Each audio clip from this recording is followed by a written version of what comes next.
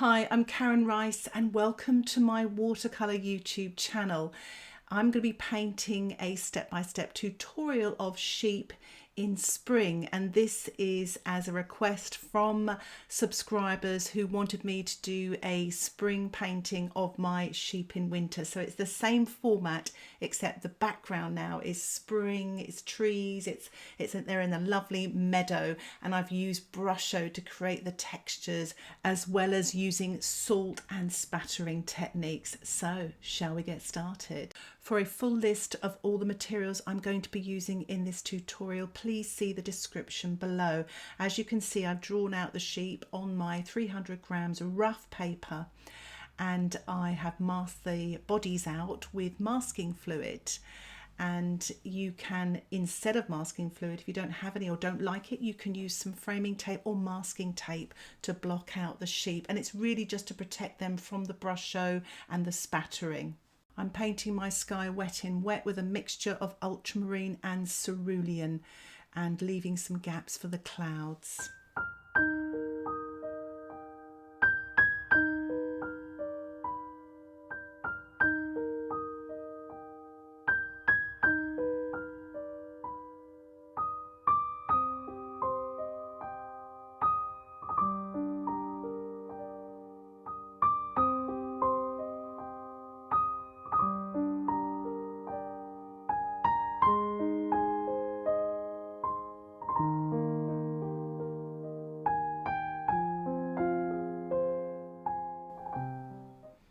I'm just mixing up some creamy colours now. As you saw, I put some very pale greens in the background, wet in wet.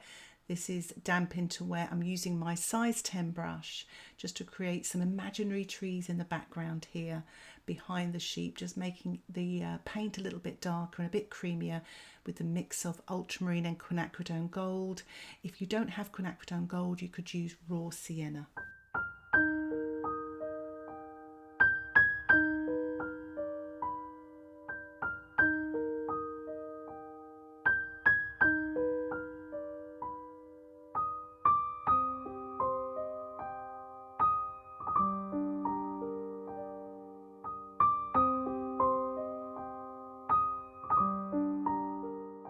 I'm using my twig that I've sharpened with a pencil sharpener to scratch into the surface of this damp paper.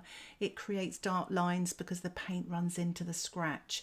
Only do this if you have decided to do so, because it is permanent. I'm now sprinkling some Brusho onto the wet surface, and I'll put a link in the description below of how I use Brusho and some practice techniques. And it tells you all about what Brusho is. And what I'm doing now is laying on some paper towel to protect my foreground while I sprinkle some more Brusho onto the damp surface. If you don't have Brusho, you can use a watercolour pencil and an emery board or sandpaper and sprinkle this onto the damp surface for it to dissolve and create some wonderful textures.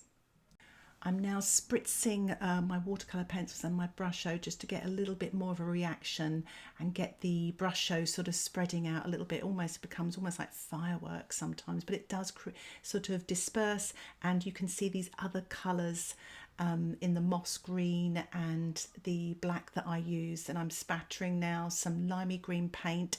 That's a mixture of yellow and cerulean, and again scratching in with my twig just to create lots and lots of textures. I'm just sprinkling a little bit of sea salt, but you could use table salt as well. So while the salt is working and lifting off some of the paint to create some light textures, I'm wetting the grass area with a nice large brush and just pulling down some of the Brusho from above as well to create some really beautiful colours. I'm painting on some yellow and cerulean there, really light limey greens, wet into wet, and then I'm going to sprinkle some Brusho and some salt to create some lovely textures.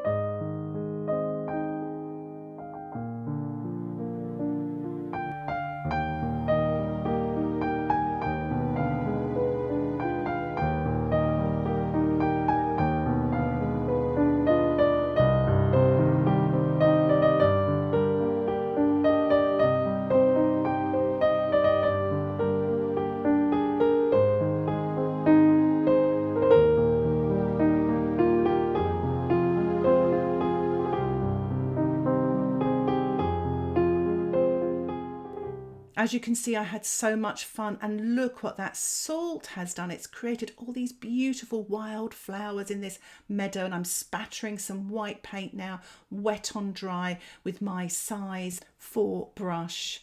And I'm going to spatter a little bit of green as well over the background area with my sheep still protected by the tape or the masking fluid. I'm painting some grasses now in the foreground to create depth in my painting, wet on dry. I've removed the tape and the masking fluid, and I'm painting the heads now of the sheep, wet on dry with my size 4 brush, and I'm using Paynes grey.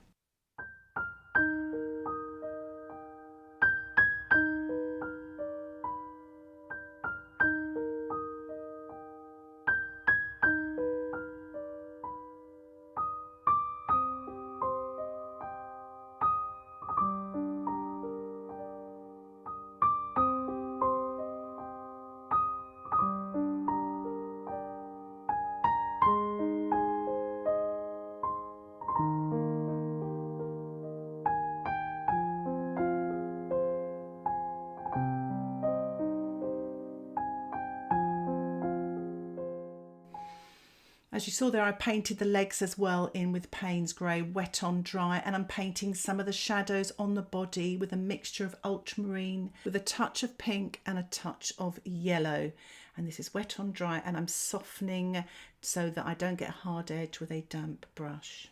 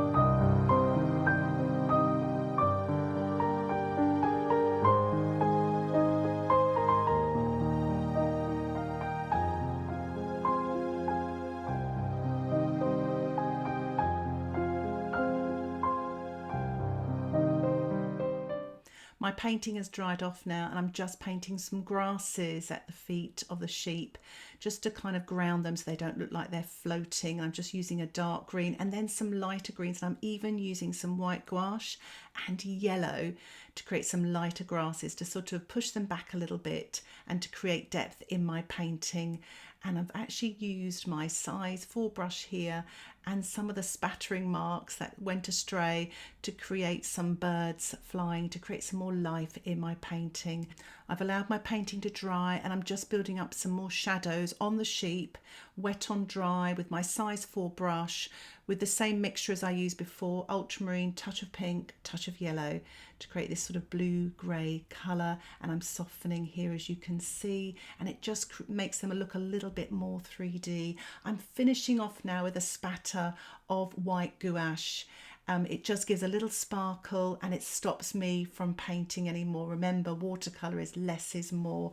Here is my finished painting. I've removed the framing tape to create a lovely white border, and it really presents the painting well. I really hope you've enjoyed this tutorial. Thank you so much for watching.